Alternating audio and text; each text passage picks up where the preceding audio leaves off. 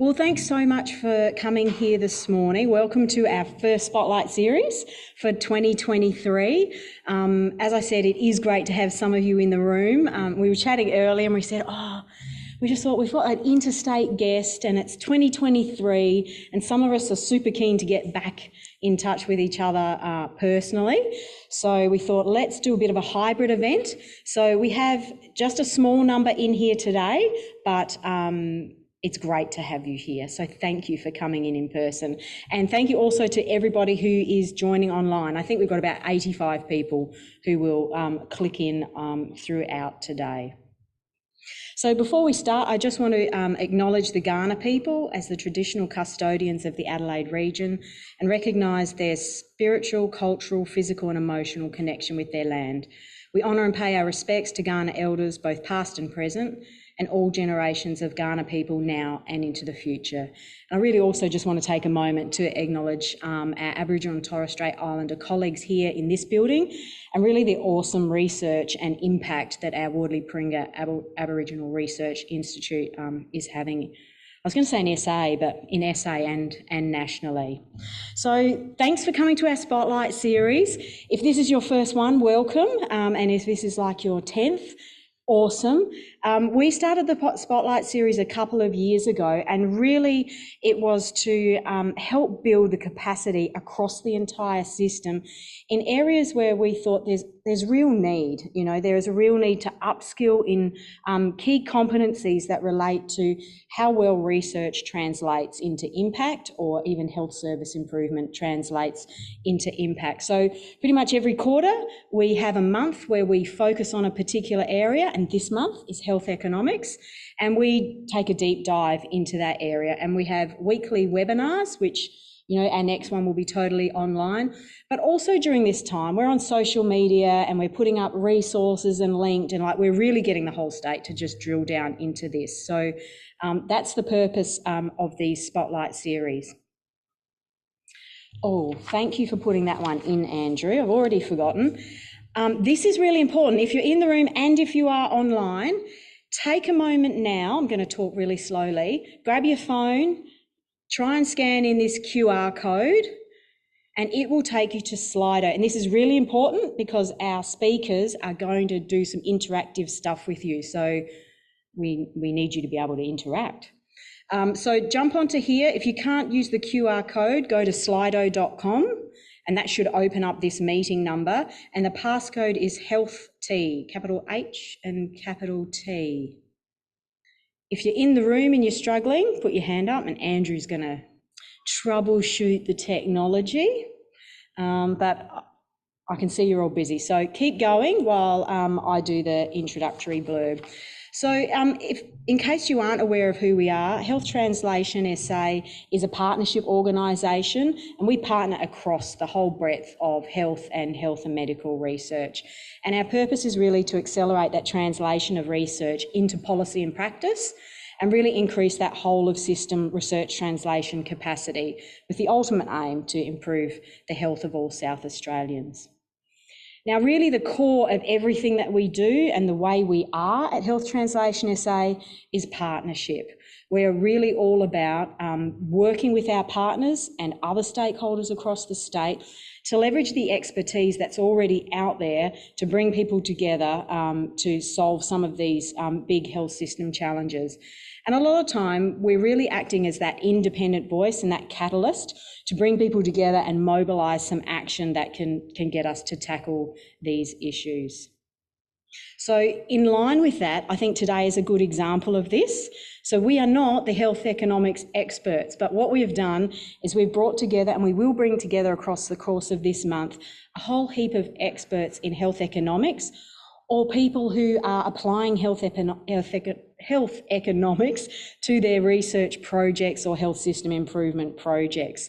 So this is an example of where we are really leveraging the expertise in the state and interstate, thank you, Penny, to look at how we can all improve in health economics.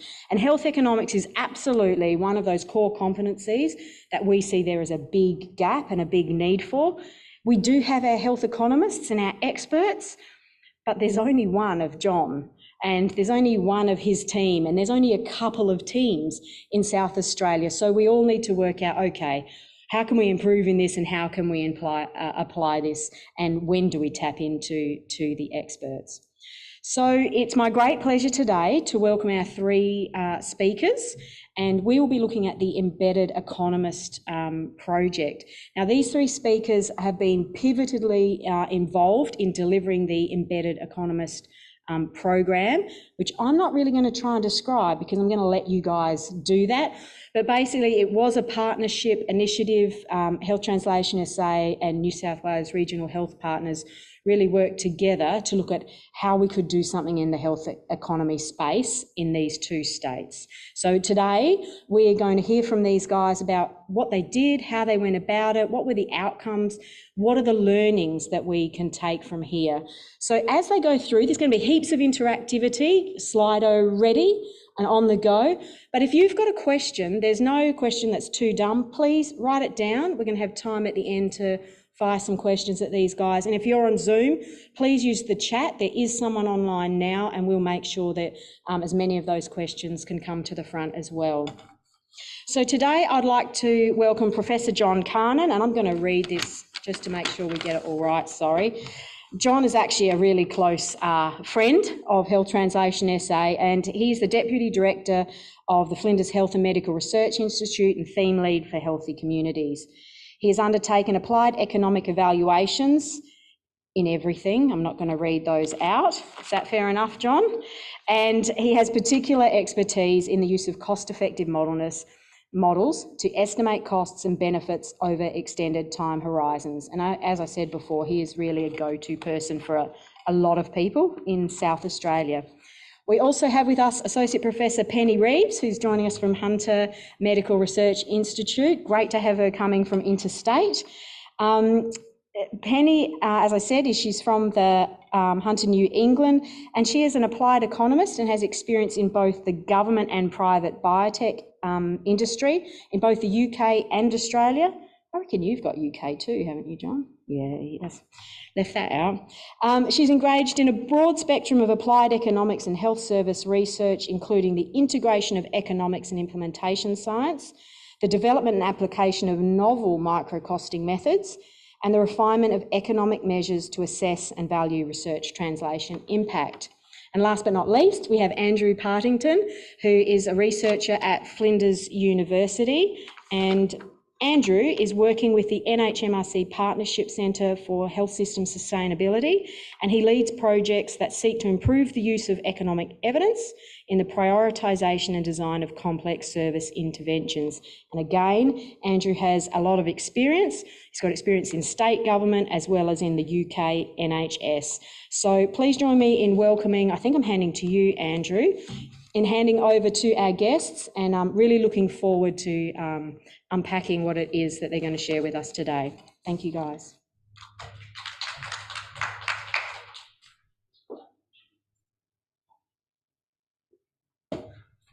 So before we kick off, this is the title slide for us. So we're talking today about applied health economics.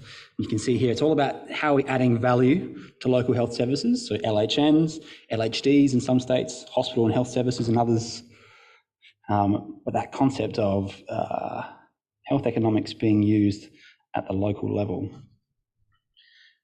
We have our first range of questions, our first sort of warm-up questions. So if you haven't quite got onto that yet, this is your last opportunity, because I'm going to just jump across and we're going to open up that first question. And the first question we wanted to ask you as we lead into this is, how would you rate your own understanding of health economics for informing service decisions? So again, that idea of local level decisions in the hospitals and healthcare settings. And I'll give it a moment for those results to come through. So we're just sort of taking a bit of a temperature of you guys here in the room and also online.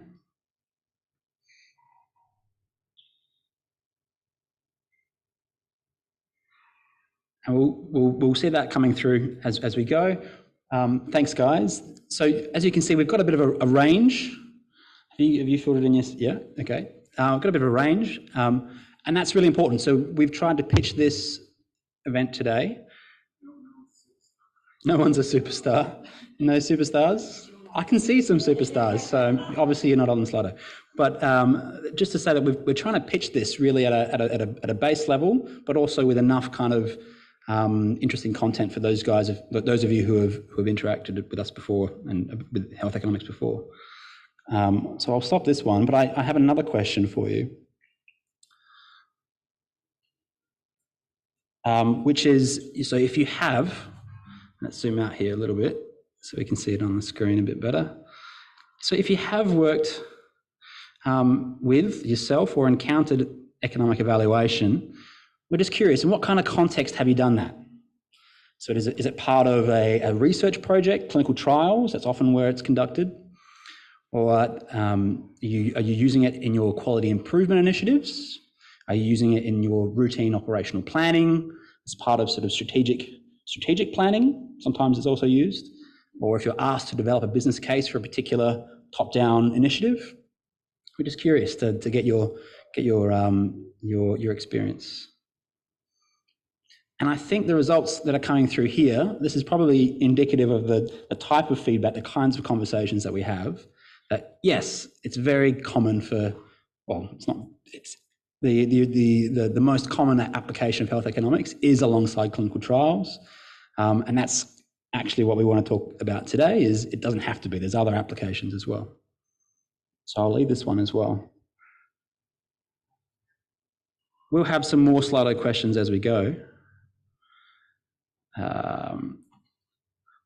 But the first now content we want to talk with you about is with Penny. So I'll hand over to Penny.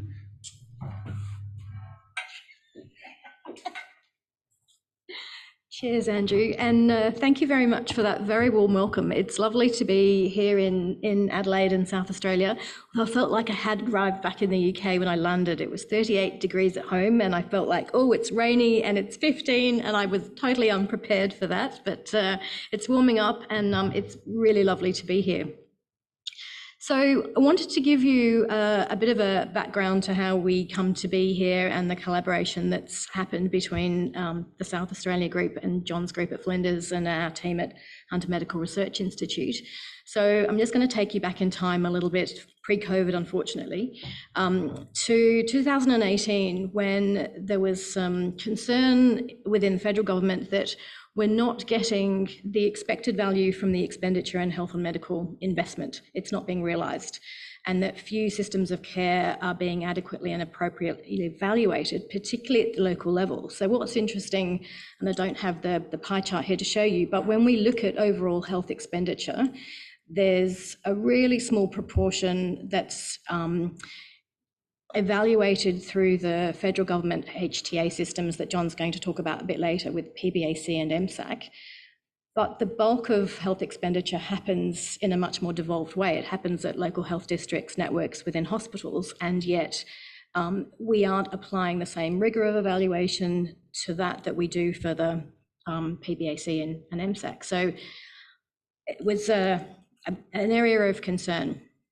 And so with the advent of the health research translation centres, of which South Australia has this, and in the Hunter we have regional health partners, it was decided to channel some funds to form groups to investigate some particular issues, and we had this health systems improvement and sustainability working group. So we had a steering group that had representation from each of the translation centres, and John was our representative. And through regional health partners, a colleague of mine, Andrew Searles, and myself undertook some work to really just do that temperature check. So we spoke to decision makers in different health services of different levels, so state, local health, and down to hospital level around the country, to understand what their needs were in terms of evaluation requirements, what they were missing, whether they felt that their services had the capability or capacity to undertake these sorts of evaluation, whether evaluation was seen as research or not. Is it something different from research? And there's a fairly healthy debate still going on about whether evaluation constitutes research. And so what we discovered from that was there was a report that I'll put up the slide in a moment, but we came away with this understanding of there is a real dearth of expertise, and where services were trying to tap into expertise, they were often a little underwhelmed. They didn't know how to interpret the economic evidence, or the question that they really wanted answering wasn't necessarily answered by the commissioning. So there was clearly some scope for improvement. So off the back of that research, the Embedded Economist initiative was launched, and we were trialling the idea of embedding applied health economic expertise within local health services. And I'll talk a bit more about the sites, but essentially we had 4 sites in New South Wales and one site in South Australia. But alongside that embedded practice, we had a community of practice where we had invited guest speakers on an online platform, and a sort of lunch and learn type format where decision makers could turn up to the session and ask their questions and interact with the experts that were presenting on the day. And then also we designed a university course for health service staff that were employed in the trial sites. So free to those trial participants, and then with the idea that this was a course that would have a life beyond the initiative. So this was the report that we produced, published through Regional Health Partners. So if any of you haven't seen it, the website or the web address is there, or you can follow links from the Regional Health Partners website. But it's a really good overview of all of the different interviewees that we spoke to and the challenges that people were facing around the country in terms of their involvement with economic evaluation. Well, evaluation generally, and specifically economic evaluation. So I think there was a common theme that there was evaluation not happening enough, and certainly definitely not economic evaluation. So included in that report, we identified these 10 core issues, and included then in the report, we've got a number of recommendations that it would take me a while to go through today. So I'm going to leave that to you if you are interested in the specific recommendations. But really the overriding issue that we took back to ARA and to the Medical Research Future funders was that across the country, we don't have an agreed framework for evaluation and implementation. And so we do have these pockets of expertise, and we're all doing things slightly differently. And certainly at the national level, it's happening in a sort of really targeted, specific way. And yet at the local level, there's a fair bit of variation about when should we be applying it, what should we be applying it to. And I think some of the examples that we're going to talk about later gives you a sense of that variation. And I think you probably find examples that you can resonate with in that. So the other major framework to come out of this piece of work was this idea of applying evaluation to the technology to a health technology. And when we're talking about technologies, we're talking about models of care, as well as things like diagnostics or other implementation strategies. So we're taking a really broad definition of technology for this. And what we were observing through the conversations that we've had and through our own practice in the Hunter is that there's an awful lot of effort that happens around that decision box. And we see this with clinical trials as well. So there's effort, there's resource thrown at trying to bring the evidence together to inform that decision, but we're not necessarily taking the time to do that evidence synthesis and understand the need and the problem. And we see this in clinical trials where we are focused on the clinical trial and testing that technology without necessarily having seen what is the evidence. Is there any existing economic evidence? Should we even be doing this trial?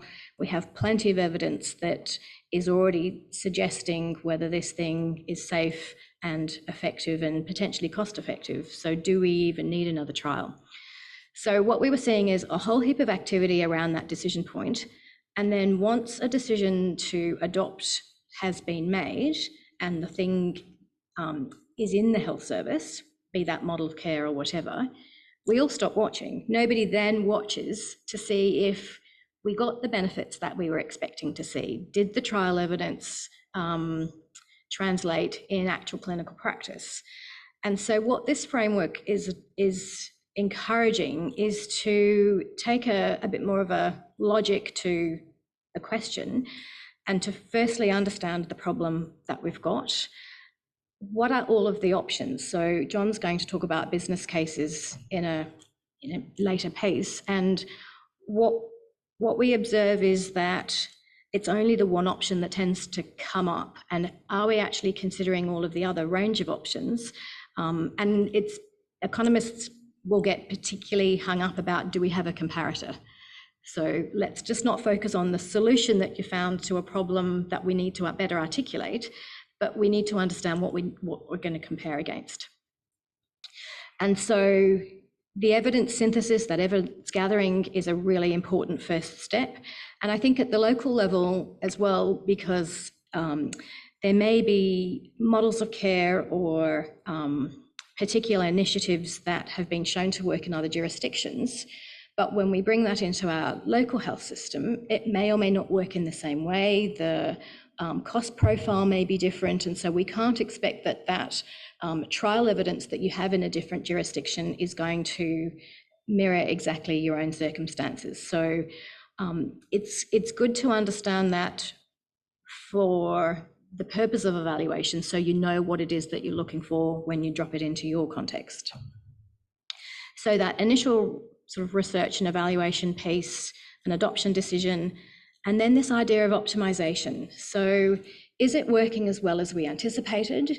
And if we're going to need to throw additional resource at getting uptake, adoption, if it's clinical guidelines, for example, the idea of introducing clinical guidelines and expecting them to just be readily adhered to and adopted, we know that doesn't happen.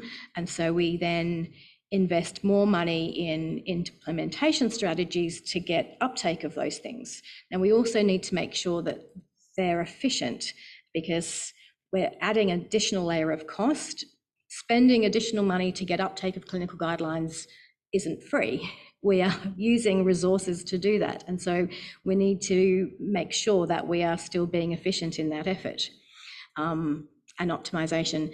And then if we have done this well, and we've got a comparator that says, okay, we've introduced model A, we've displaced some cost, and so this alternate technology that we've displaced is proven to be inferior, then we need to stop doing that.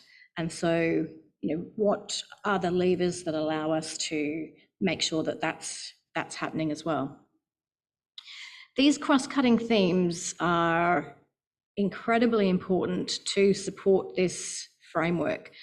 So the idea of end user engagement, and I think one of my colleagues, Shanti Ramanathan, is going to be speaking to you later on about impact assessment, and coming at this through a research impact lens, that idea of end users being involved in this, and be that consumers, be that the decision maker, what's important to them, because you want to make sure that the information that you're generating and the recommendations are going to be well received, and that you have your end users on board with the approach that you're taking. Skill sets and data resources. So we know that there is an awful lot of data generated in health. A lot of it just gets reported up for the purposes of demonstrating against KPIs, etc. But there's data in that health economists can be using to support the evaluations of things that we might want to do. So it's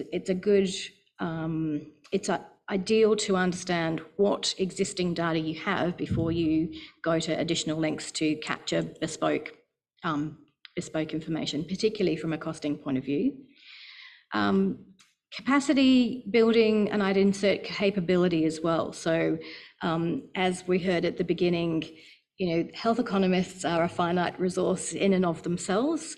And what we're hoping to do through these initiatives is encourage people to just be thinking about these sorts of questions. It's not enough that something is effective and safe. We also need to understand that we're getting value from it as well.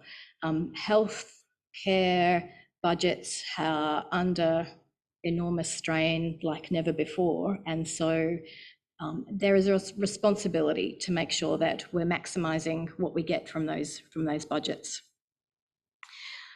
Information sharing. So it's great that I'm able to be here today and to hear the experiences from people that are working on the ground in another bit of the country.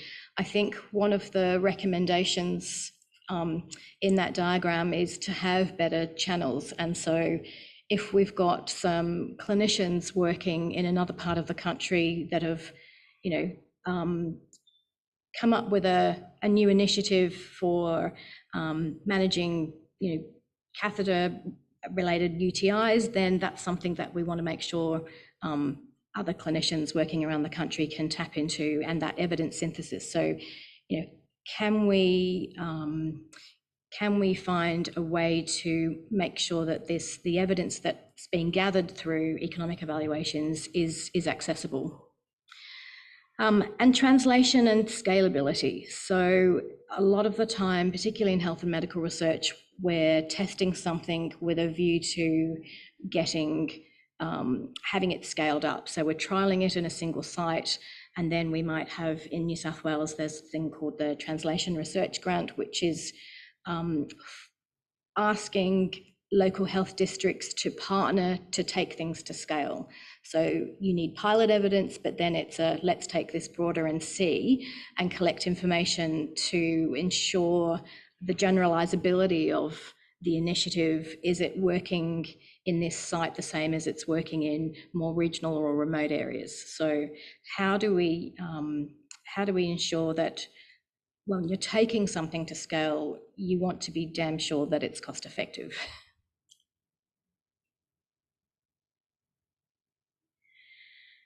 So what did we learn as a result of the information gathering, if you like? Well, it was probably the first opportunity to understand how health-related technology and models of care are or aren't evaluated at the local level across the country. And recognising that within Australia, we have some really excellent evaluation models like the PBAC. I mean, it's world-class, other countries reference it, it's legislated, it's really robust, it's held up as the gold standard. But at the local level, we need something that's a little more pragmatic. What's the appropriate thing? And recognising that there is a gap, and we need something that's purpose-built for the local level. And if we do manage to address this gap, then we do have the potential to increase the likelihood of cost-effective care getting into the health system and staying there. So while in Andrew's Slido deck, we had where do you see economic evaluation being applied, and overwhelmingly in the clinical trial space. And yes, we would advocate that clinical trials should have what we would call a piggyback economic study wrapped around that clinical trial design. So it's the most efficient way to collect that information. You have ideally prospective identification, measurement and valuation of the resource use that's going into that. And similarly, you've got the outcomes. And if we plan for this properly, then you've got a health economist able to tell you what are the meaningful outcomes that are going to allow you to come up with a a reasonable interpretation of whether this thing is cost effective or has good value. So the choice of outcomes becomes really important. And there are some particular outcomes that economists like to see. Often where I'm working at the Medical Research Institute, we use intermediate outcomes. So things like change in metabolic rate. And for a health economist, well, a decision maker, an incremental cost per unit change in HbA1c, what does that mean? So there are particular outcomes that economists will agitate for, if you like, that are going to allow easier interpretation of the evidence. And I think that's been one of the criticisms that we heard from decision makers, is that they commission economic evaluations, but they're not always able to easily interpret the information that they get. And just better evaluation is a mechanism, a very clear, and it's a low-hanging fruit mechanism to increase the value of current health expenditure. So that's why we're here, and that's why we've undertaken the pilot. That's me done, I think. That's not moving. Tech support, please. Yeah, I'm hitting the down arrow. Sorry, Andrew. Yeah, it didn't work. Oh, there we go. All right, sorry, there we go. No, it's not me done. I get to talk for a little bit longer. Yay! Okay, so a little bit of background about the actual Embedded Economist initiative. So the whole idea of it was to embed economic expertise into routine health service decision making. And I was speaking to John and Andrew yesterday, and an example from the Hunter is we have a new interventional procedures committee, and this group is making decisions around whether to adopt different procedures. And they are really excellent at looking at systematic reviews of the evidence. Is it effective? Is it safe? Credentialing of the clinicians. Do we have the credentials that we need, or the workforce requirements? And budget impact. Can we afford to do this? We're not asking that question about, and is it going to deliver value compared to what we're doing now? And for me, that was a really obvious place where a health economist can have a value add role. We're collecting systematic review evidence. Let's just extend that to the economic evaluations. Are there any? If there aren't, and you're about to do this thing in your local patch, then why don't we collect that? Because there's none in the public domain, and probably ought to be, because you can guarantee if your health service is looking at it, someone else's health service will be, or will absolutely be interested in it. So that's a sort of classic example. So the other thing that we learned from the interview work is that a lot of the health expenditure, things are done because that's the way they've always been done, not necessarily because that's the optimal way to deliver that care, or it's not necessarily best practice, it's practice that's just evolved, and that's how we do things in this area. So we thought, okay, the Embedded Economist project can work within these health services to look at some of these wicked problem questions, if you like, that have been plaguing decision makers, and see if we can't bring our toolkits to the table and support some of this decision making. So as I said before, we had these sites, including the one in South Australia.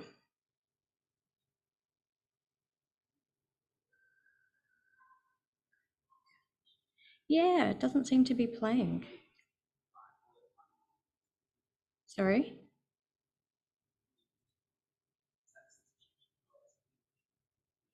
Oh, really? Okay, hang on. There we go. Oh, that one, okay.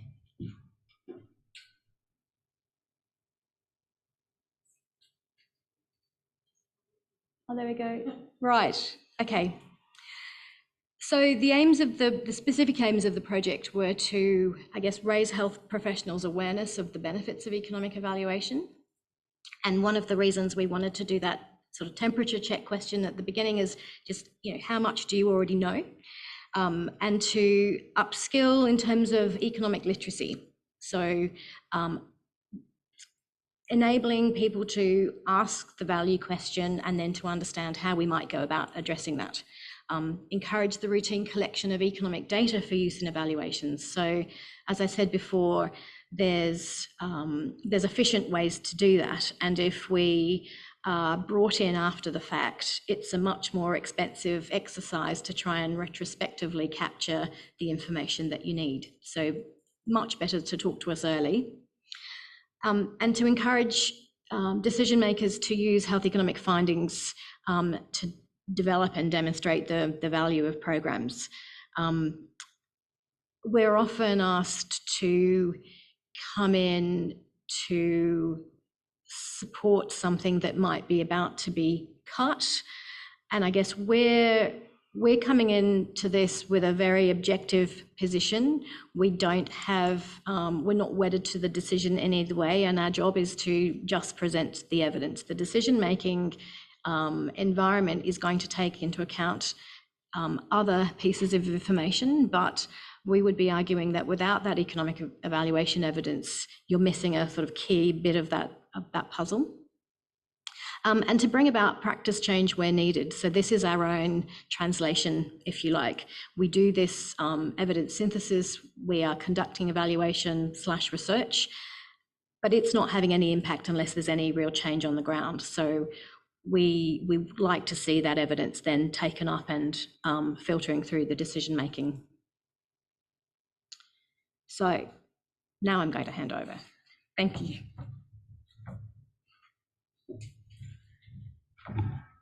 Thanks, Penny. So that was a great introduction to the Embedded Economist project. So I'm going to talk about our experience in South Australia, specifically working with Southern Adelaide Local Health Network. Penny's going to come back and talk about the Hunter experience, and then we're going to finish with, I guess, some lessons, proposals, ideas about where to from here in terms of using health economics. And Andrew putting up those questions about your self-rated experience with health economics in a local health system setting, I thought to myself, I wouldn't rate myself as a superstar because I'm still learning how health economics could and should be used in that setting. So I'd probably rate myself maybe a 3. All right, 4, maybe 4. No, 3. So, but this opportunity is to present today is great because it gives us an opportunity to hear back from other people around whether we're heading in the right direction or are we kind of going down an alleyway that we don't want to go down. So our experience in South Australia, so this is really an undefined timeline really of what we've been doing. So it kind of started in 2017 when we got some funding as part of a larger health system sustainability partnership centre funded by the NHMRC with colleagues across the country. And our part of that was to look at prioritisation and decision-making within local health services. So exactly what we've been doing ever since. We moved to our group, the Health Economics group, moved to Flinders Uni in March 2019, and I'd already had a bit of a relationship with Flinders Medical Centre, and so we really wanted to get more involved. So that was great moving to Flinders and enabled us to have a much closer relationship with them. For those who don't know, Flinders University and Flinders Medical Centre are essentially right next door to each other. And so we got involved in a kind of ad hoc way, engaging with clinicians primarily who'd got an interest in health economics and wanted to incorporate some health economics in their projects. And I think a turning point was when I met with the Chief Operating Officer at Sarlin, David Morris, and the Manager of Strategy and Performance, Pamela Everingham. I think it was pre-COVID. It was pre-COVID. We weren't wearing masks, so there you go. So yeah, a long time ago. And David was really keen to see how health economics could be used, and Pamela kind of took the reins and really drove our engagement with Sarlin. So I really want to acknowledge Pamela's contribution to this. So the starting point was Pamela really got us involved with the executive at Sarlan, and they sponsored a project looking at hospital-acquired complications. That was identified as a priority. And so we worked with the continuous improvement CIP, I'm not sure what the P is. Anyway, continuous improvement program, I think it is, to do a project, and I'm going to talk about that in a little bit more detail. Then Health Translation SA came along with some funding for the Embedded Economist program, and that really kind of boosted our involvement some more. And that led to formal engagement and formal development of a work plan. Now, the work plan is really nice in terms of kind of covering all of the possible areas in which health economists can work with health services. So we started with service planning, and you can see here that we were going to contribute to service planning, but in particular subspecialty service planning. So we're going to work with geriatrics and cardiac subspecialties to help them with their forward planning. We're going to look at low-value care. There was an initiative coming out of the department around low-value care at the time, so we're going to help with that. And then we're going to kind of develop what we call decision tree modeling around business cases. We also had plans for capability building, as Penny was referring to. So how can we, noting the limited health economics resources, how can we build capability capacity within the health system? We worked with the Continuous Improvement Unit or Program to talk about how they can incorporate economic analyses in their work. We started doing some work with the Chief Financial Officer around business cases, training and advice on specific projects. And then the final kind of strategy was around informing decisions on current priorities. So you can see here a list of issues that were identified as priorities at the time that we were putting the work plan together that we were going to work on. So continuing with the timeline, the work plan was approved and the strategic planning process started, of which subspecialty planning was going to be part of that. But then a series of events happened, one of which was the CEO at the time resigned, Sue O'Neill, who'd been a really great supporter of our involvement. And it wasn't that people suddenly lost interest in health economics, it just other things were happening. And it was about this time, I think, that ED ramping kind of took off in South Australia. And so that became the focus. And so there's major initiatives around demand management interventions to try and handle ramping and congestion flow. Another one was virtual care. So actually, as part of the strategic planning process, virtual care was identified as something we've got to get into as the local health service. And so that led to a lot of focus on that. And then the Chief Operating Officer and Pamela, Director of Strategy, left Sarlan to then manage the South Australian virtual care service. And so we got involved with the virtual care service as well. So I think what I'm basically trying to say is that we didn't follow the work plan to the letter. Things happened and we had to show flexibility. And so really our role to date has been providing economic input, economic analyses to inform priority issues, priority projects as they came along. And so I'm just going to now talk about a few of the examples, but really trying to provide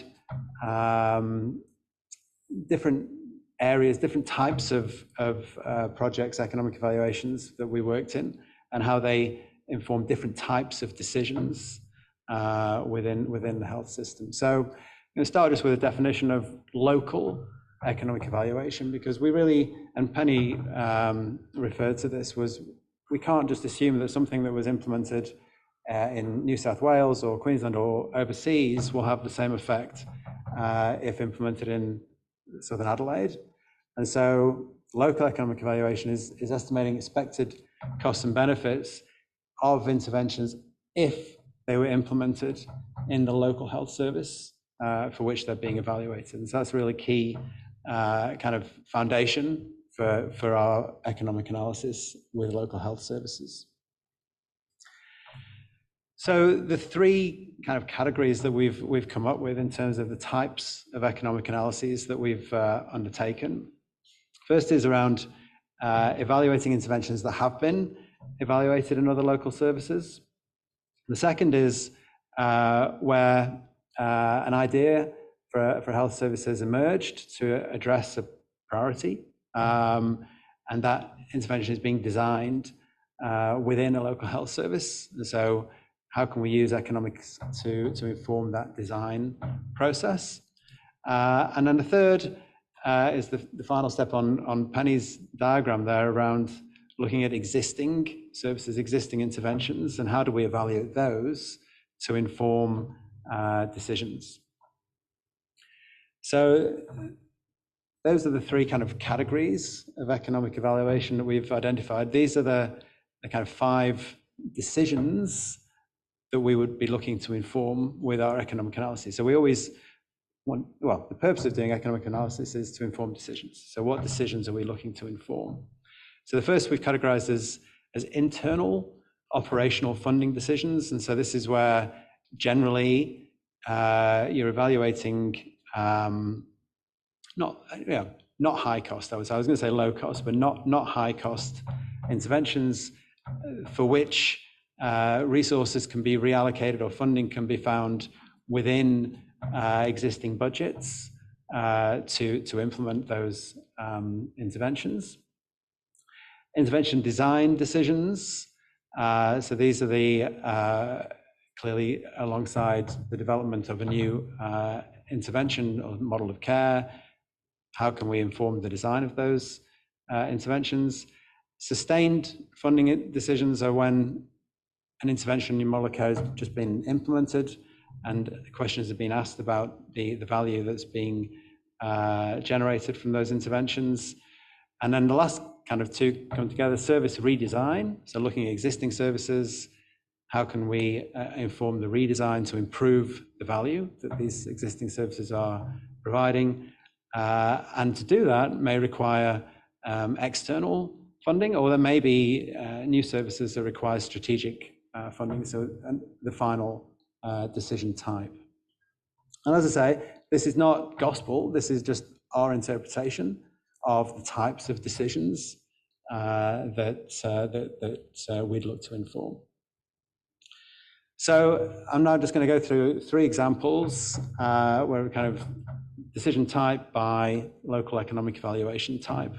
So the first example is that first project that we took on around hospital-acquired complications. So the question that was posed, how can we reduce hospital-acquired hypoglycemia? So you may not be aware, but hospitals get reports on their hospital-acquired complications, and it's a traffic light system, red, amber, green. And at the time, Salin was red for hospital-acquired hypoglycemia, so they identified that as a priority and put together a working group to come up with solutions to reduce hypoglycemia.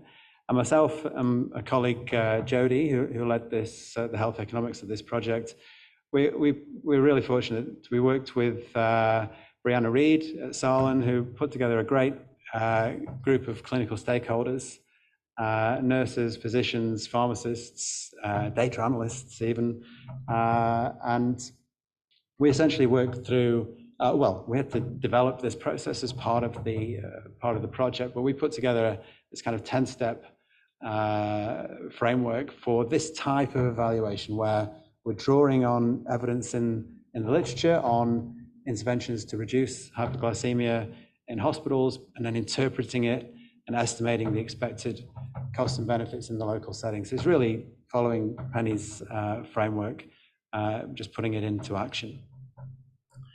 So I won't go through all of the steps, but I think the bit that was most interesting to me, and from a methodological perspective, is the use of elicitation to interpret and adjust the published evidence. So we did a literature review, identified a range of interventions for which there was good evidence that they were effective in reducing hypoglycemia in the context in which they'd been implemented, and went through a process of selecting the ones that were most relevant to the local context.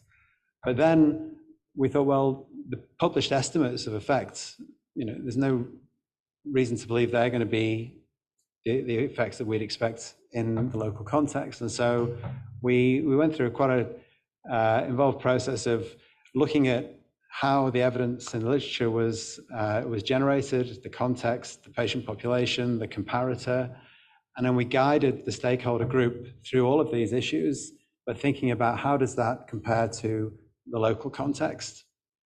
And through that process, we got the stakeholders to estimate how they would adjust the published effects to reflect the local context. And to our surprise, they actually estimated lower effects. They expected the effectiveness of the intervention would be lower in the local context than it was in the published literature. So that was a nice process to be involved with, and that led to a decision by the clinical working group on intervention options that they would recommend. They started piloting to put together structures to support implementation. So they started piloting implementation and putting a business case to the executive for limited funding that was required to support implementation. So it was an operational decision. The second case study is, gosh, that went quick, is one that Andrew led. And this is around the complex and restorative care program that I'm sure many of you will have heard about. It's an award-winning program at Saarland that aims to keep complex patients out of hospital. And I think Andrew's going to talk a bit more about this next week, is that? Yep. So I'll go through it relatively briefly. So Andrew put together this nice template. He calls it the PICO plus ePestle template. So I'm not, it'll take me 10 minutes to talk through that, so I'll leave that. But the idea is basically supporting us as the health economists to get a good understanding of the logic of the intervention, which we can then translate into a decision analytic framework. So this is a decision tree that Andrew has developed to represent the pathways that patients take through the health service when they're referred to this model of care. And then we use elicitation again. In a different context here, we're not asking people to interpret published evidence, we're asking them to say, based on your experience, based on the patients you've seen coming through the intervention and how patients went through the system prior to the intervention, what are your estimated parameters to populate this model in terms of probabilities of going down different pathways, but also relating to things like length of stay and readmissions and those kinds of outcomes, which then allow us to populate the model and engage with those stakeholders around, well, how might we improve the model moving forward? So it's kind of a forward-looking model to inform intervention design. And the third example I'm going to talk about is an evaluation of existing service. So at Saarland, they've got a medical ambulatory care service staffed by general physicians, and Orbin and Tim led this evaluation. And essentially there are three subgroups of patients who are referred into MACs. Patients referred by GPs. Essentially, these are patients with complex chronic conditions who the GP thinks is at risk of presenting to the ED, requiring higher level care than what the GP can provide. Patients can be referred from the ED, or they can be referred from an inpatient bed into the service. And so for this, our initial analysis was using health systems data, interrupted time series analysis. And what this diagram is showing is that to the line is, or the line is the point at which patients were referred to the MAC service. And the top one is showing ED presentations per month, per 100 patients. So you can see prior to the interruption, there's a steady upwards trend in ED presentations, and after the line it drops and it starts declining. Now, there are lots of limitations with the study design, but it's clearly a signal that something is happening in terms of post-referral to the MAC service. And so the outcome of this evaluation was that from looking at those three referral groups, the GP referred group was identified as the group having the greatest capacity for benefit from the service.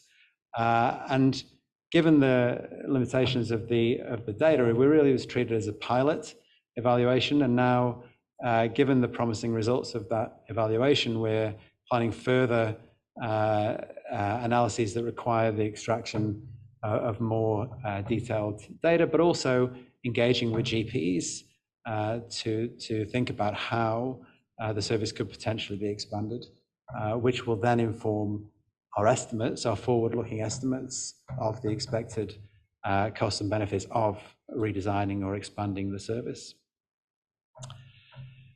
So yeah, my summary, I guess, is I asked Penny if she knew who this was, and she didn't. Oh gosh, you're too young, much too young. It's Harold Macmillan. No, not that I was alive when he was alive. But his famous quote was, he was asked, what's the major risk to your government achieving what you want it to achieve? And his response was events, dear boy, events. In that accent, I think.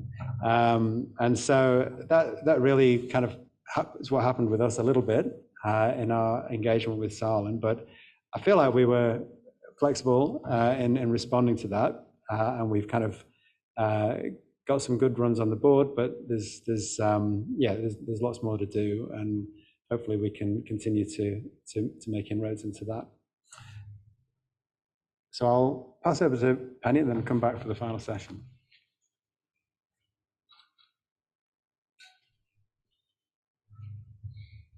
Right, cheers, John. Okay, so the Hunter experience was a little different. So we were engaged with, first of all, our PHN, so the Hunter New England Central Coast Primary Health Network. That's an organisation that works with GP practices, but it's also a commissioning body. So it engages services and works with NGOs to provide additional services into primary care. So we had a full-time senior health economist on site for a period of about 3 months.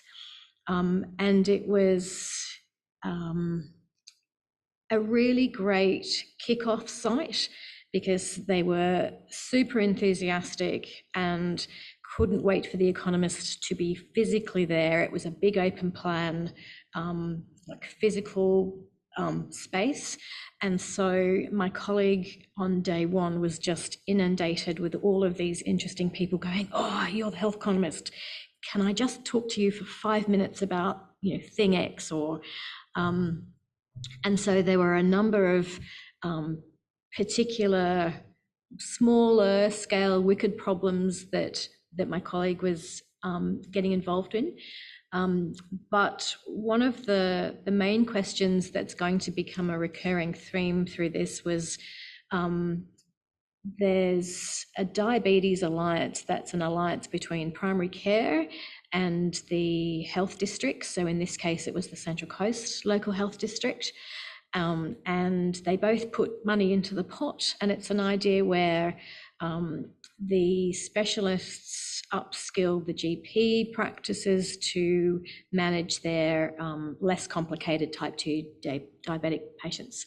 But the endocrinologists in this site weren't particularly on board with the alliance. The PHM were putting considerably more money into the pot.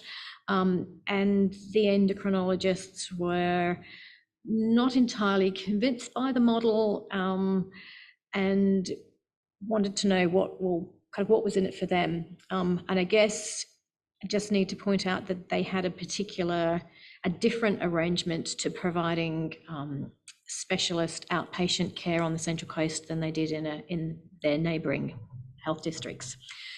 And so my colleagues put together an economic analysis that looked at all of the investment going into this alliance, but also then who are all of the stakeholders in this, what are all the potential outcomes, and where do the benefits sit. So it was as much a kind of assessment of where the benefits fell and to whom, and this included that revenue stream. And so what they were able to show was that the ability of the endocrinologists to generate revenue out of this was actually more than they realized or appreciated, and so all of a sudden we had them back in the camp, and they were happy to go on continuing with the alliance model.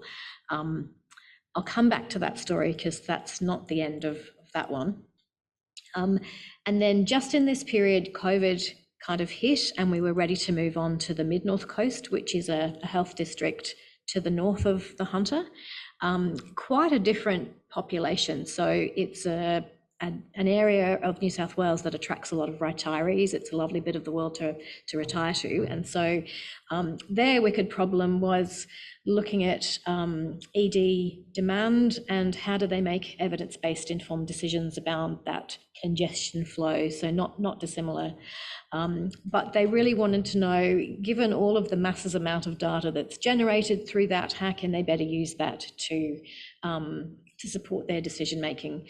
And in complete contrast to the primary health network example, it was a completely off-site. We weren't allowed to go anywhere near them, much to the irritation of my colleague who had really been looking forward to a 3-month placement on the beautiful sunny Mid-North Coast. But then what was interesting for us is that, that was a tight little project delivered to the chief exec, all good.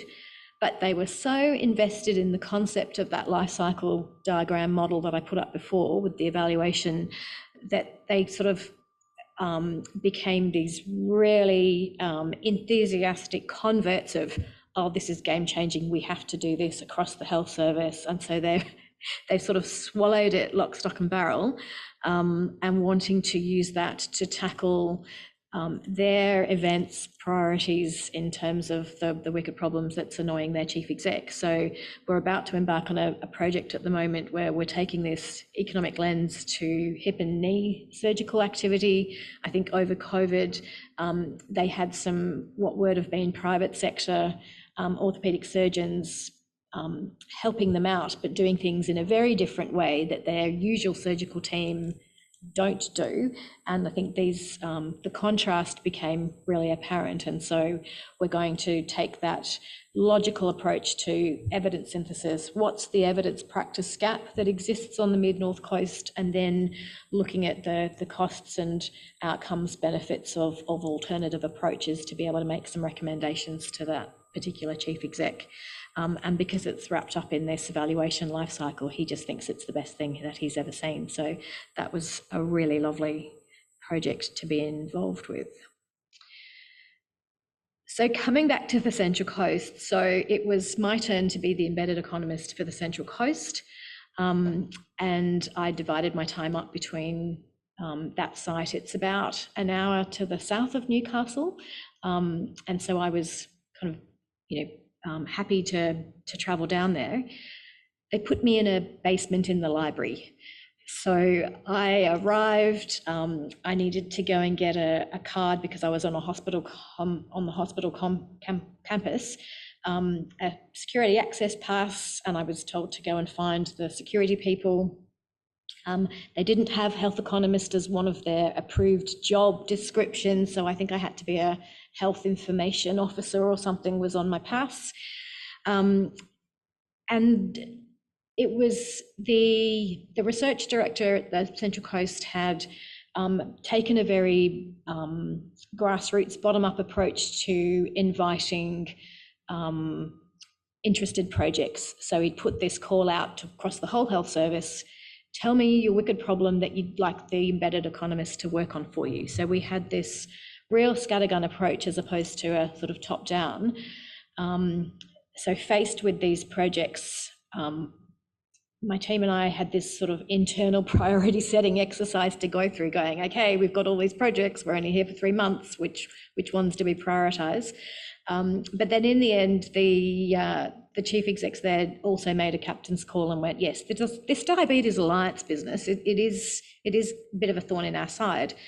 And so they weren't particularly happy with the model of care either, and they were wanting to investigate whether the addition of a telehealth or a virtual model would, bring some solutions to their problems. And so we were tasked with putting together the structure of this is how you would go about answering that question. And that's about as far as they got to, because they couldn't quite work out which model to include in the options analysis, and I left them spinning their wheels doing that. But in the meantime, we tackled some of these additional questions. So we're continuing to work with the Specialist Wound Care Service to look at, they had a clinical nurse consultant that was altering the model of care for outpatient specialist wound care and triaging patients requiring her services. And also something that was different for the team was within the mental health service, they had some competing priorities in terms of things that the ministry were dropping on them for evaluation. And we went through a priority setting exercise called multi-criteria decision analysis to help them work through, okay, these are all the things that you're being hit with. How do we work through a transparent and rigorous process to help you tackle those priorities? So that was a really great exercise that we got a lot of positive feedback for. And then lastly, we landed back in my own health district. So the Medical Research Institute is on the campus of the John Hunter Hospital and the headquarters of the health district. And so we were working with the CFO and finance team. And again, they wanted to look at this Diabetes Alliance model, but from the Hunter's perspective, not the Central Coast. And so it was a completely different model of outpatient service, sort of outreach.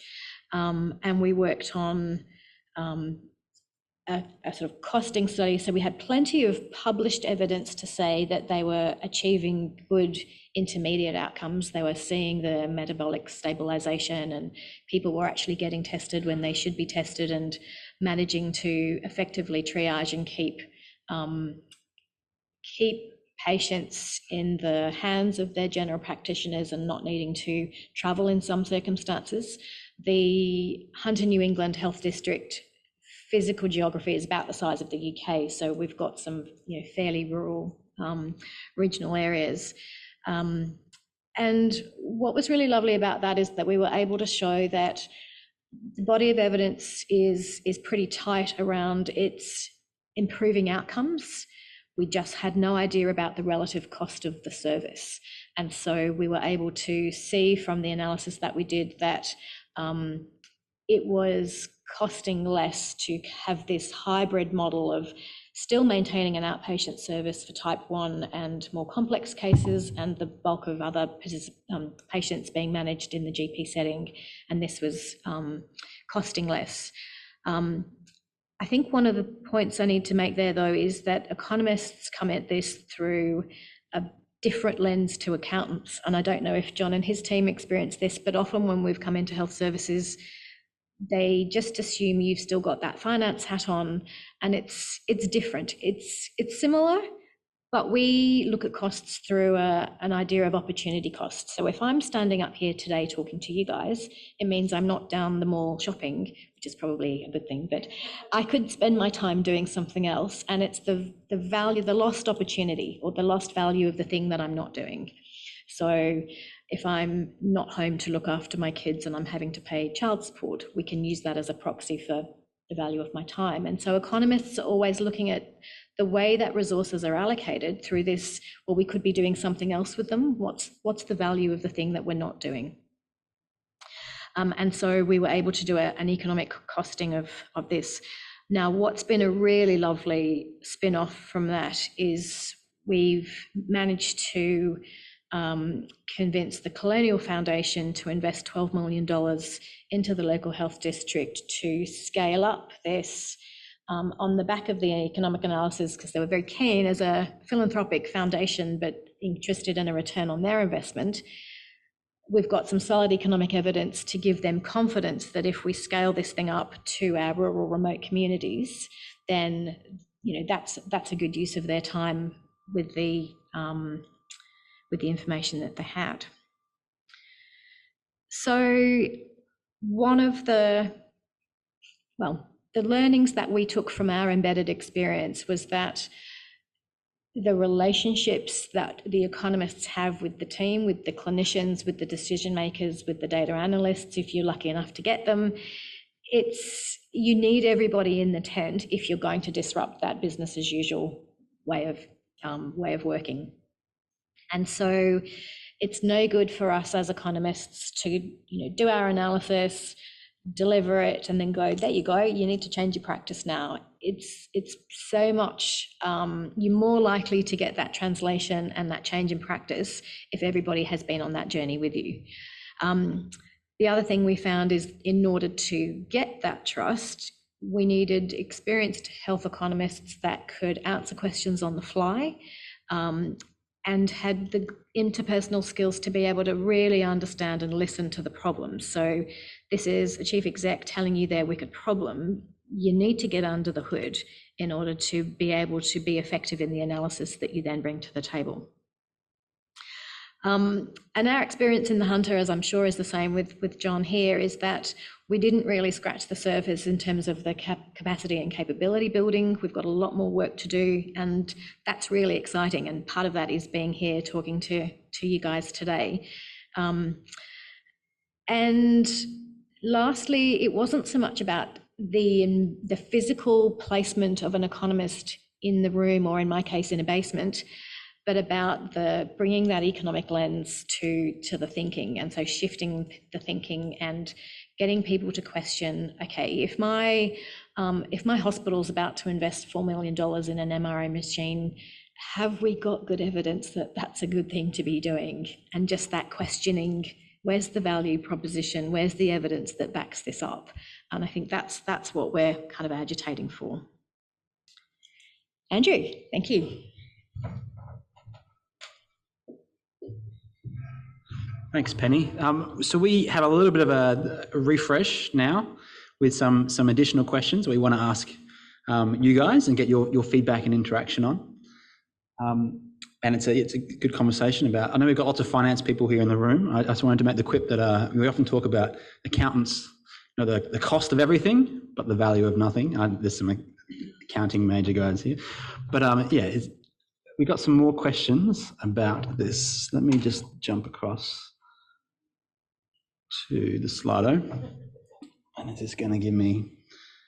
So you've had a moment to jump up on that, and the first question we're asking folk is: so if you have conducted, commissioned, received yourself an economic evaluation, what type of service or intervention technology were you evaluating? And this is a tickle that applies kind of exercise. And you've noticed that we've talked about technology a lot. Health economists, people engaged in health technology assessment, HTA, don't only talk about diagnostic tests or new drugs.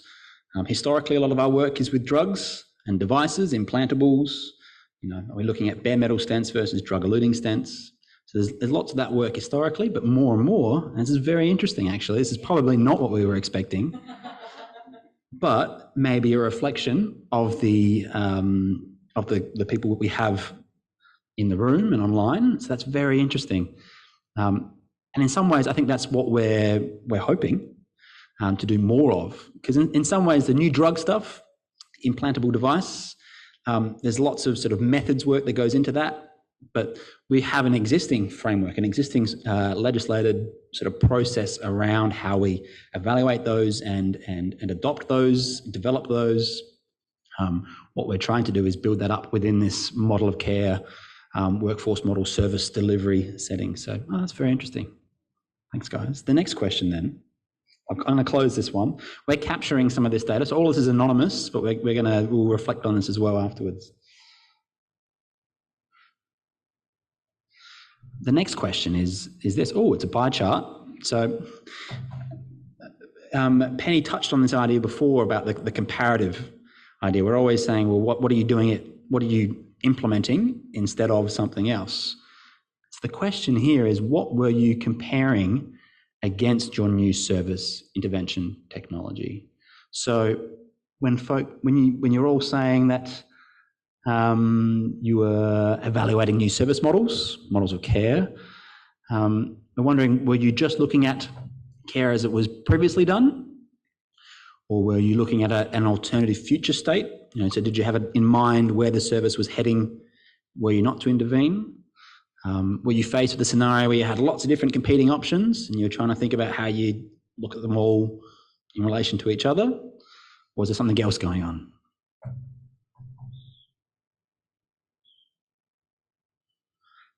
So you see the results coming through here. And nothing's actually a really common one. Yeah, because and it's hard because we spend so much, we want to evaluate the thing that we're wanting to do or doing, but it's another level again, another duplication, not duplication of the effort, but it's a whole another a bit of effort to also look at what otherwise you would otherwise be doing. So your comparator. So this is really interesting feedback. Thanks, guys. But yeah, I think the most common one here. So an existing usual care profile. Yeah. Okay. And then I think we've got one last question in this round. We wanted to know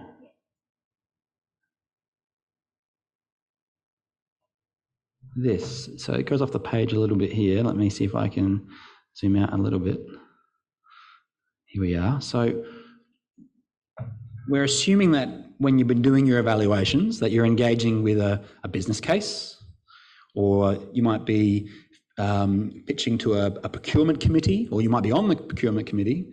We're interested. So what kinds of benefits were you and your organisation assessing? So the options here, some of the early leaders here are PROMs and PREMs. So patient experience, PREMs, patient quality of life, PROMs. We're updating as we go. But there are lots of other things that local health services are very much interested in. I don't know if I can get rid of this little box at the bottom. Here we go. So give this another little moment to populate, to flow through.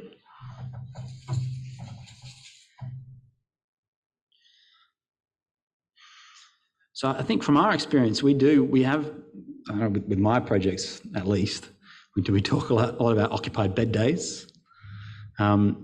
And there's a lot of conversation in the economics literature around, outputs versus outcomes. So outcomes are things like PROMs, patient-reported quality of life, PREMs, but there's some intermediate steps before that. So maybe we are interested in readmission rates. Clinical effectiveness is a big one. Penny was using the example before about HbA1c. So there's sometimes surgical outcomes or clinical outcomes, maximising, minimising test results, positive test results, or some sort of clinical endpoint. That's really, really common. I want to just pick up on the financial savings one. So I'll put that in as a bit of a red herring, it's a bit of a trick. Because so from our perspective, financials are an input. It's not really an outcome.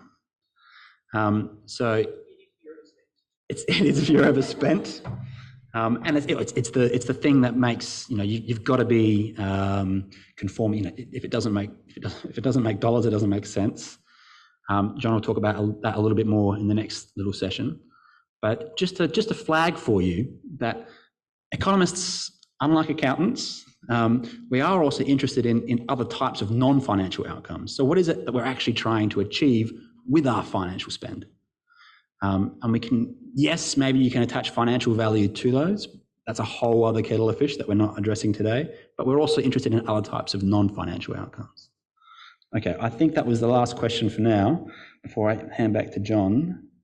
Yes, so thank you very much for your input and feedback on that. I'll switch back to the slides.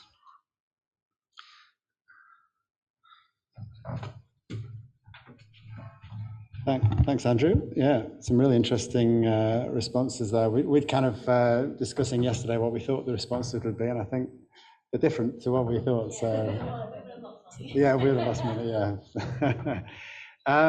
So in this final session, I want to talk about decision making, because this is the area that I think, well, myself anyway, is most uncertain about in terms of how decisions are made in local health services. So I got the Duke Ellington, it doesn't mean a thing if we ain't got that swing. We'd be doing economic evaluation, doesn't mean anything if it doesn't inform a decision, is the way that I would look at it. Certainly in the local health service setting, given the constrained resources we've got for doing health economics. So I just hopefully briefly just take you through the kind of I guess kind of levels of decision making. So I just want to start by providing a definition of allocative efficiency, which is basically we've achieved allocative efficiency if we've got to the point where it's just not possible to reallocate resources to increase the value of the outcomes that are being generated by the healthcare system. And so that's, the utopia, I guess you could say, that we're never going to get to, but partly because we'll never know if we've got there. So the land of allocative efficiency, as I describe it, requires full information about the costs and the benefits and the value of those benefits of all options for providing healthcare. It requires rational decision making and perfect implementation. So it's the land of the flying pigs. But we can move towards the land of allocative efficiency, and how we try to do that is by estimating the expected opportunity cost. So Penny talks about opportunity costs of making decisions. So if we make one decision, we can't make another decision, or we're going to lose the benefits that we could have gained from making that alternative decision. I'll put this flying Donald Trump up here, mainly just to get a really weak joke in. What's the difference between flying pigs and Donald Trump? Some people will have heard this joke before. It's the letter F.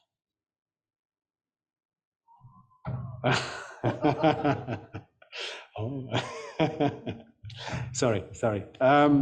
So I'm just going to talk through kind of first, second, third preference in terms of how we estimate opportunity costs when making decisions. And this first option gives me the opportunity to refer to my colleague Brita's great book, which came out of her PhD, where she developed the proofs really for this first preference approach to estimating opportunity costs. So example, you've got an intervention, you've estimated it costs $1 million, and the outcomes are delays, the death of 100 people, so you're gaining quality adjusted life years over that time period. So Brita said, right, the first step is you look at that $1 million and you say, is there any currently funded healthcare that generates less highly valued outputs for $1 million? Essentially saying, is there anything we can disinvest in to generate that $1 million that we need for this new intervention? If there is, then the second step is to look at all of the other options for investing in new services, new healthcare, and are there any other potential options that generate more highly valued outputs than $1 million? If there aren't, then you invest in this intervention. You take the $1 million from the care providing less highly valued outputs and you put it to that intervention. If there are other options, then you invest in those options. And that will move you towards allocative efficiency. Clearly, the information requirements for that are not feasible, really, but it provides the kind of the baseline, the gold standard for achieving allocative or moving towards allocative efficiency. The second preference, I can reference our work, which was led by Laura, and this is around estimating the expected or the average gains, health gains that you would expect from investing in new healthcare. And so we undertook analysis to answer a question along the lines of, on average, if you invested $1 million in healthcare, what health gains would you expect to gain? And the answer you can see there in the bottom right is 36 quality adjusted life years. So for every $1 million, on average, we expect to gain 36 quality adjusted life years. And so if those delays in 100 deaths sum to more than 36 QALYs, then we would expect this intervention to improve allocative efficiency. The third preference is the applied preference by bodies such as the Pharmaceutical Benefits and the Medical Services Advisory Committee, where they essentially make a subjective estimate of opportunity costs, and the commonly bandied around value is $50,000. So if a new drug gains additional QALYs at less than $50,000, it would generally, there are exceptions, be considered cost effective and be recommended for funding. So clearly we would push the second preference. So we think PBAC could use the second preference, and maybe, I guess I'm projecting onto PBAC because maybe they have taken account of that. But the main benefit of this is it provides consistency. If we're applying the same kind of threshold to drugs and services, it provides consistency in decision making. But in a local service setting, where we're looking at local decision making and opportunity costs, the estimate that we generated was a national estimate because we could use national data to estimate those expected opportunity costs. But in a local setting, budgets and priorities are too variable. There's too much going on, too much change to generate a consistent estimate of opportunity costs. So we don't think that's really an option in a local health service setting. It's more feasible to observe actual opportunity costs. So what are you going to take money out of to inform to invest in a new intervention?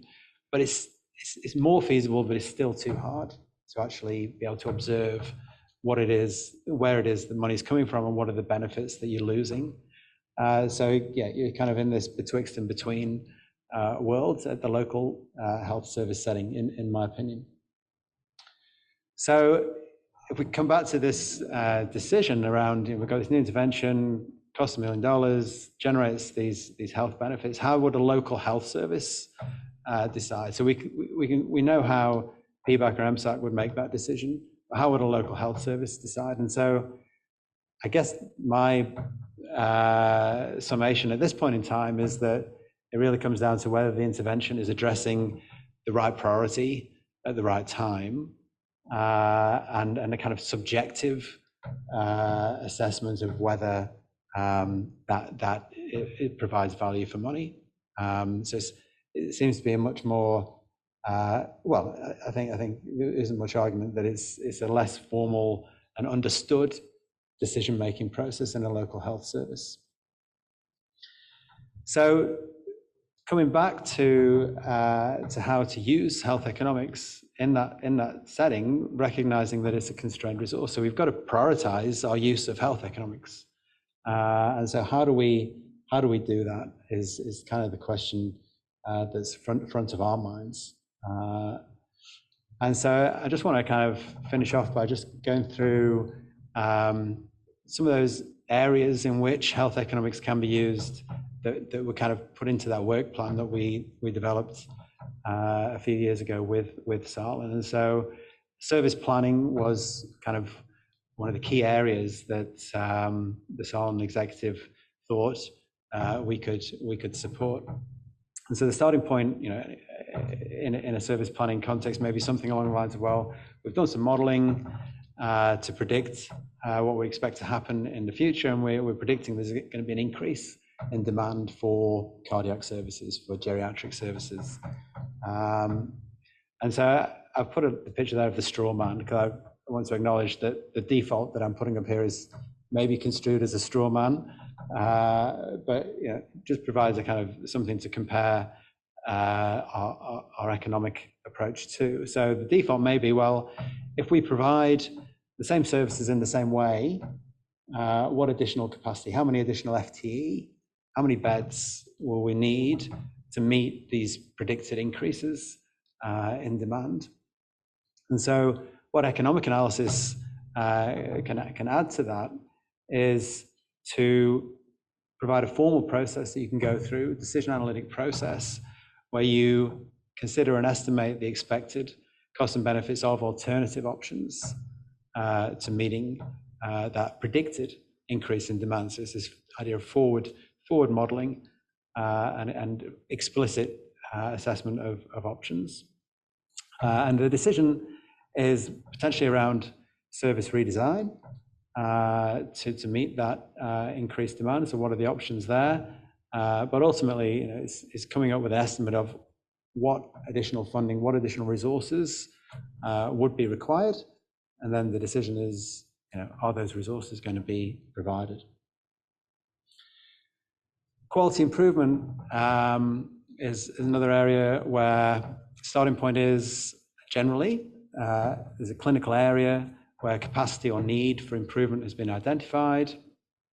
And again, my understanding of the kind of default is that generally quality improvement is trying to find ways of using the existing resources or existing budgets to make improvements. So I kind of called them develop and implement zero cost service delivery improvements. And of course, if you can improve things at zero cost, that's fantastic. And I know that Rob Padbury, who leads the program at Salin, has got lots of examples of where that has happened. But I guess our interest is, well, that's great, but in certain quality improvement projects, there may be opportunities to gain even further and to improve the value through making potentially relatively small investments in new interventions, new ways of doing things. And so it's kind of just an idea of adding on to existing quality improvement processes, which would generally inform operational funding decisions.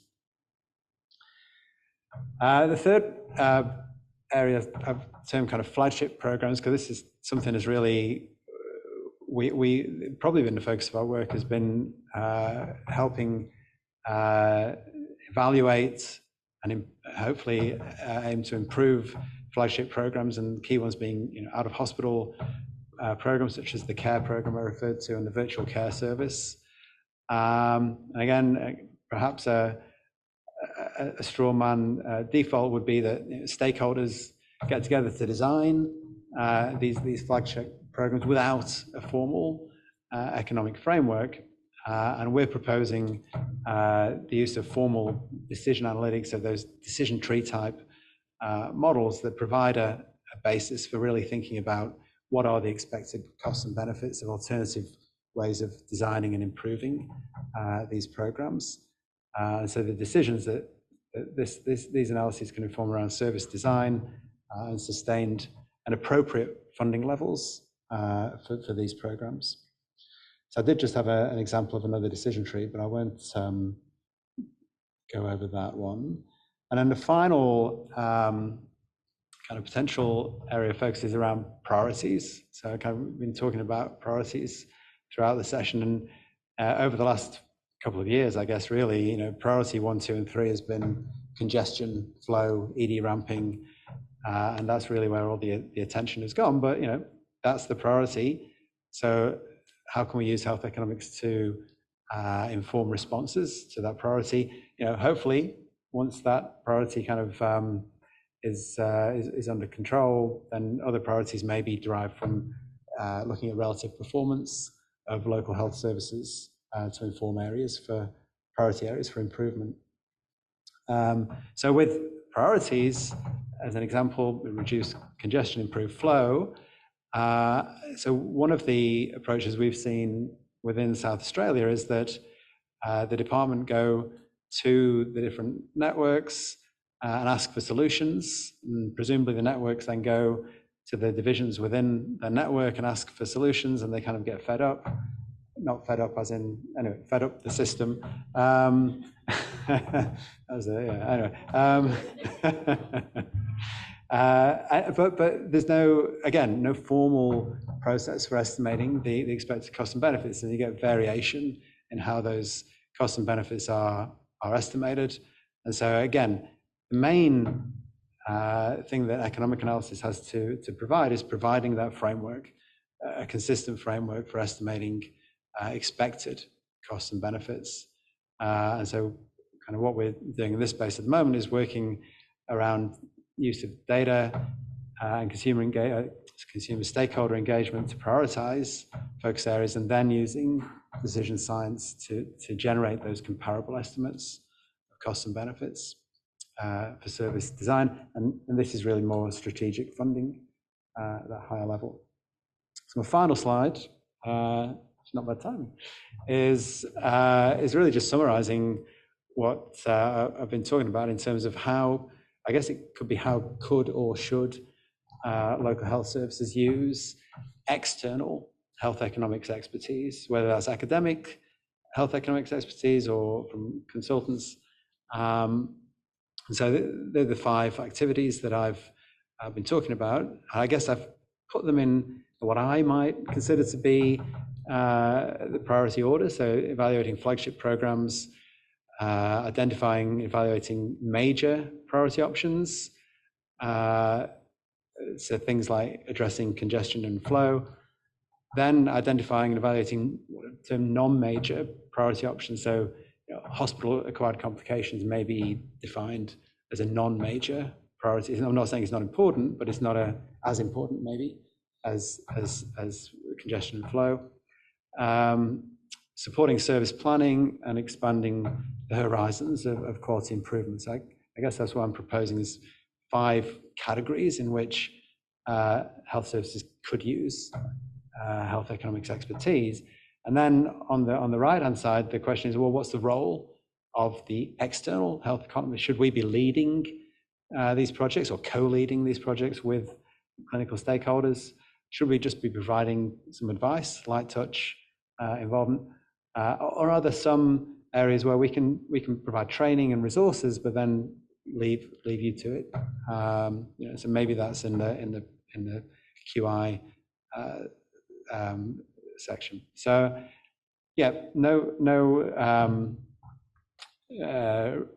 firm recommendations. These are kind of just our kind of thoughts, and we're really keen to kind of engage and get feedback on these ideas. So I'll stop there and cool. And that's for Andrew. Yeah, thanks, Andrew. So there were just a couple of questions, the last questions, which build off of those sort of points that John was making here. And the first one is this one, I think. Here we go. So this is opening up. You've got your phones in front of you or your computer screen. Hopefully this is coming through. Oh, well, disconnected. Why am I disconnected? Try again. Try now. Hang on. Oh yeah, here we go.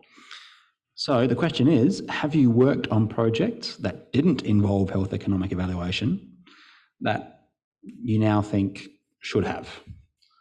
And the options we're giving you to answer here are no, yes, but didn't know how to, Yes, with hindsight, yeah. Now that we've been here and we've been talking about it for quite a while, yes.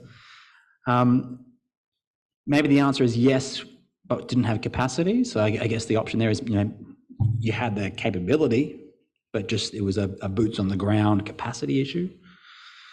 And the final one is there, yes, and we could have, but we were advised against it in terms of maybe it wasn't, the advice was that it wasn't needed.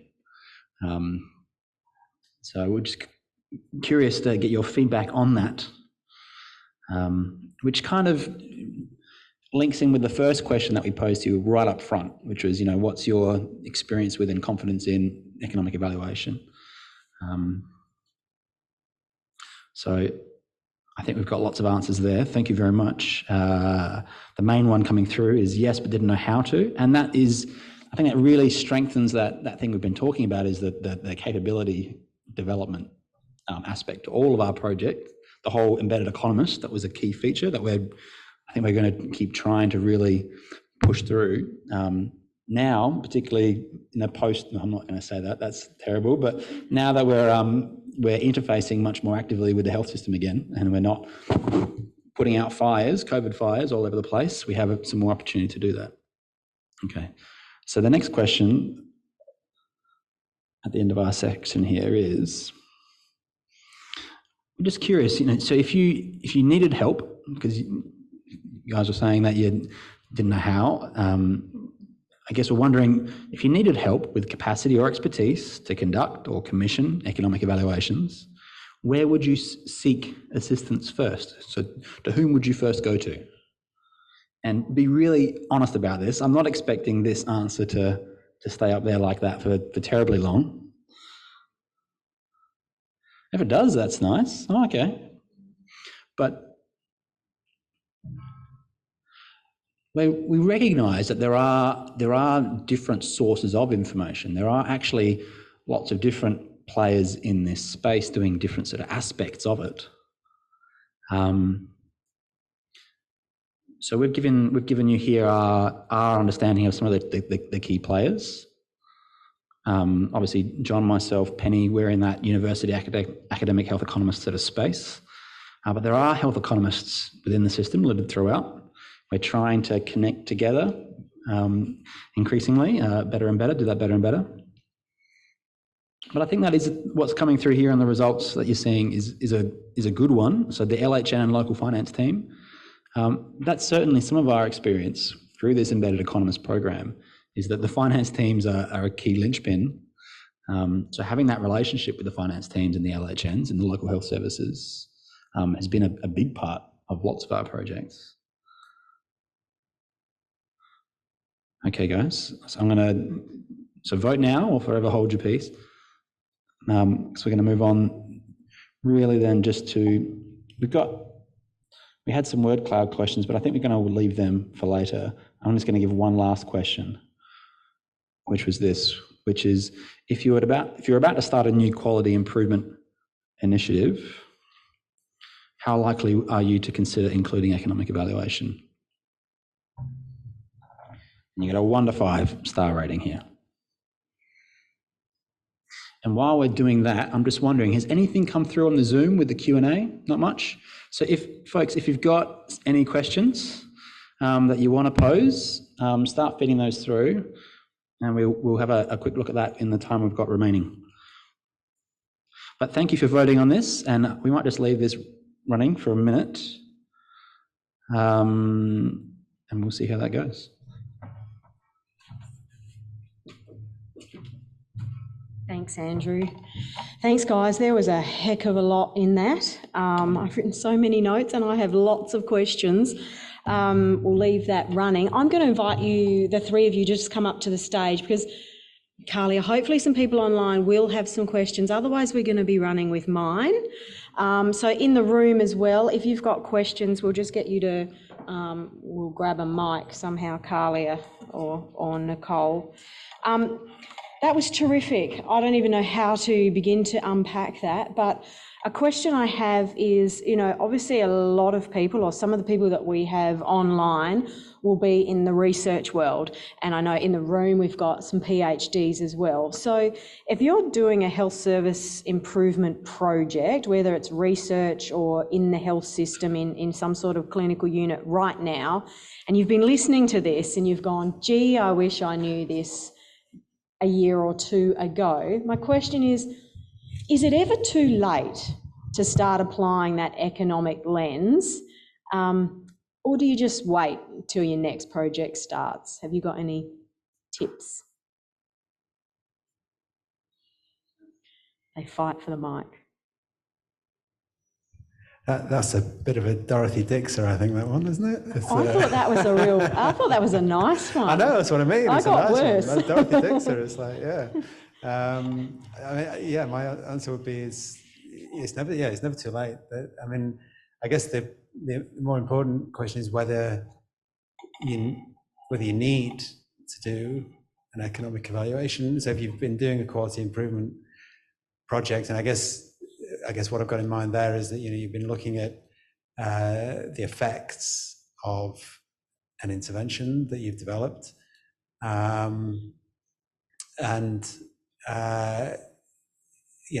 guess the question is it a no-brainer in terms of like the parachute trial, or is there value in adding an economic component to that evaluation? And if there is, i.e. if the decision is still uncertain about what you're going to do in terms of interpreting the outputs of your quality improvement project, then there's always ways of estimating costs. There may not be perfect estimates, there may be a lot of uncertainty, but you can represent that uncertainty, and that feeds into the decision. And it sounds like from what the three of you were saying, I think, Penny, you're saying that, it's no longer just research, where we are expecting to wrap that implementation science evaluation around these things as well as that economic evaluation. So, in that case, a very leading question.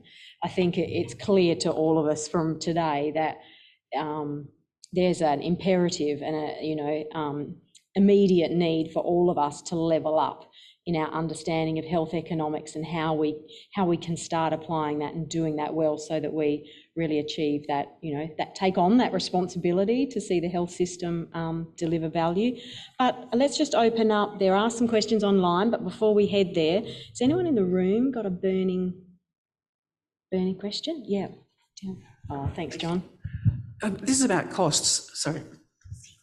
And in fact, working in a hospital system, I know how fragile and possibly imperfect our costing systems are, which is probably one of the reasons why I'm sort of loath to do a lot of costing analysis, because I just don't trust the numbers. We have to improve that, but that is a very long, hard cycle to actually get to a point where we can trust our patient costings and trust the numbers, that we can then embed them into any of our cost effectiveness analysis. Is there a way out of this?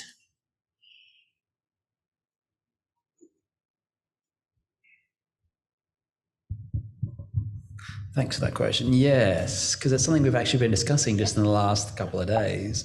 So it's been great to have Penny down, because it's been an opportunity to work this through face to face, because we face that problem head on all the time, and I think it's a shared challenge, not just in the areas that we've been working in, but across the health system. And the implementation of activity-based funding has been a long process with ups and downs, and it's going to change again. Is there a way through it? I think so. We've started some of my projects. We've started going back to budgets and saying, well, okay, what are the FTE? What are the steps? So what are the actual resources? How have you priced them in? And then attributing that back to interventions and to usual care comparators. So just going back to basics and building up a cost profile. So rather than using patient level costs, which we think might be really flawed, it's just trying to build up a bit of a picture from the bottom up. There's always you can do it bottom up or top down. If we have a high level budget, we can think about And we do that. Sometimes the budgets we get from the health service are larger than the intervention. And so we have to sit down and say, well, okay, you've given me these 5 FTE lines, are all of them really associated with this intervention? Maybe not. So we trim that back. But I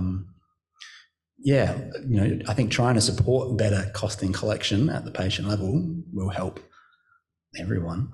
But yeah, it's a work in progress. And the ways around that, I think, are going back and trying to build up sort of cost pictures using other sources of information, like just local budgets. We mentioned the elicitation stuff as well. It's not only with costs that there is limited and very uncertain problematic data. I'll be talking a little bit about it next week. Yeah. But using elicitation methods to ask people who have different insights and perspectives on things, what they think some of the estimates might be for costs, but for where people go in the system, what the effects might be. So I think that's another option as well, is using elicitation into the future, but doing that in a more rigorous way that it's then stands up to peer review and to sort of academic scrutiny. Thanks, Andrew. Just to add to that, though, if it's for the purpose of including in something like a cost effectiveness analysis, you can take that uncertainty and test the heck out of it in sensitivity analyses. So you've got a cost effectiveness result.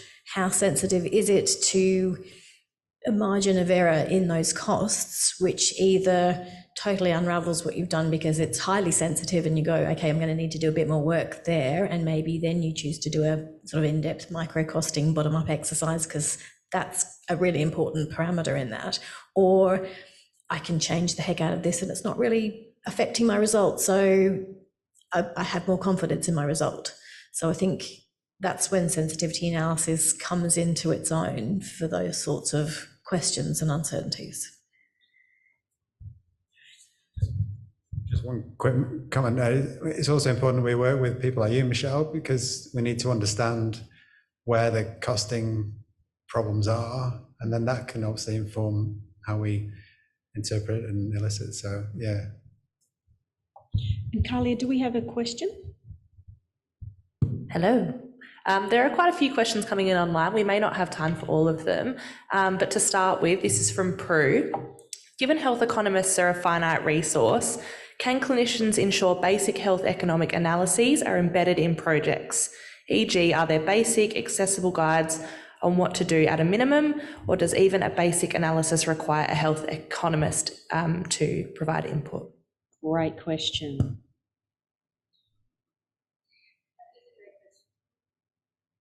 There we go, great question. I have a very dear colleague that used to say all the time in forums like this, it's not rocket science. So yes, the short answer is there's plenty of resources out there.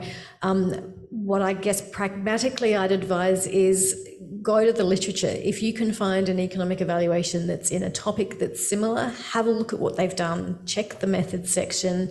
There's also reporting guidelines, which it's also a how-to guide. So the reporting guidelines tell you what you need to report, but you can use that as a checklist for covering off, have I done all of these things in the analysis as well? So I'm assuming, John, you can make some resources known to the team in terms of some of the fundamental That's what resources. I was going to ask, is after this, are you three able to send us through some of your, go-to resources, not for health economists, but for general people?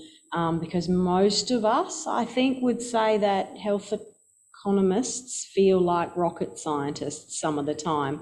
So having some of those resources that we can go to and go, okay, this isn't as terrifying, let's take a step into this would be terrific if you can. Yeah, okay. Yeah. As part of the community of practice, there was a library of resources being built up, and so we can make that link available or point you at that library. I think we can take one more online question, but we will provide all these questions to the panel and try and get some responses out to you. So this one is from Nick. The question is there still engagement within Silent, or has the project ended? And if it has ended, can you provide a few Silent contacts who are engaged or connected? sorry, the last bit was provide a few contacts. If it's ended. No, if it's still going. If it's still who do they going. contact? I'm hesitant to say me. But They are ongoing. Yes. yes. So it hasn't ended. Right. Well. John, what's the current status of this at Sarlan? So we've still got some funding from the Health System Sustainability Partnership Centre and the MRFF to the end of this year. So I guess in short, we do get contacted directly by various clinicians and clinical teams, and we're more than happy to provide that first level of engagement and advice. I think that leads me to a follow-up question. So everyone in Sarlan will be reaching out to you. But more broadly than this, so you've done the Embedded Economist project. There was so much realised during that, and the community of practice and, you know, the training through the uni course, etc. What's the legacy that's leaving behind, and what's our opportunity now to take this and make sure it continues to realise impact in the state? So that's a great question, thank you, because I meant to raise this, that there is an MRFF funding opportunity that's opened a few weeks ago that the MRFF people themselves have told us this is your opportunity to get funding for infrastructure for health economics. So it's called the MRFF Critical Infrastructure Programme. And so 3 of us and others, we've got colleagues up in Townsville who are also interested, are starting to draft an application for that critical infrastructure grant opportunity. So that, the whole point of that is to develop sustainable infrastructure. So we'll be drafting ideas, but we've got until July, so it's a reasonable time. So we'll be engaging with people around what is needed to create this sustainable infrastructure. So if people are listening online, or they were part of the community of practice a year or so ago, and they're like, oh, that sounds so interesting, can they email us at Health Translation SA and we put them in contact with you? Or is there opportunity for them to engage in kind of the co-design of what this infrastructure could look like? Yeah, we need to co-design it. So yeah, absolutely. Yeah. Okay. We'll make sure that it's excellent. We'll make sure that happens. I'm mindful of the time. I know there's a truckload of questions, Carlia. We'll do our best to answer those and send those out. But I'd just like to thank the 3 of you. Thank you so much. There was a wealth of information in your presentations, and I'm stoked, Andrew, that we're going to be hearing from you again and drilling down into that slightly terrifying box diagram that you have there. Just a reminder that we do have upcoming weekly webinars for the next 3 weeks on health economics. I really don't like that word. So we've really got an opportunity to continue to go deeper. So if your questions aren't answered this time, save them. Let's ask them again next week until we arrive where we need to go. And then also coming up later in the year, we will have a spotlight series that we'll be co-hosting with the Commission on Excellence and Innovation in Health. And this will be around patient-reported outcome measures. So I just want to thank you guys again. And I guess often at HTSA, we talk about the fact that research translation is not just a step, and it's not the end point, it's not even a process, but it's actually a way of thinking and being and approaching research that has impact in mind from the outset. I think everything that you have said today really ties in with that and highlights why health economics is a key thing we need to wrap our heads around from the outset to make sure we achieve impact. So thank you very much. And to everyone online, hopefully you'll join us again in a week's time. Thank you guys for coming.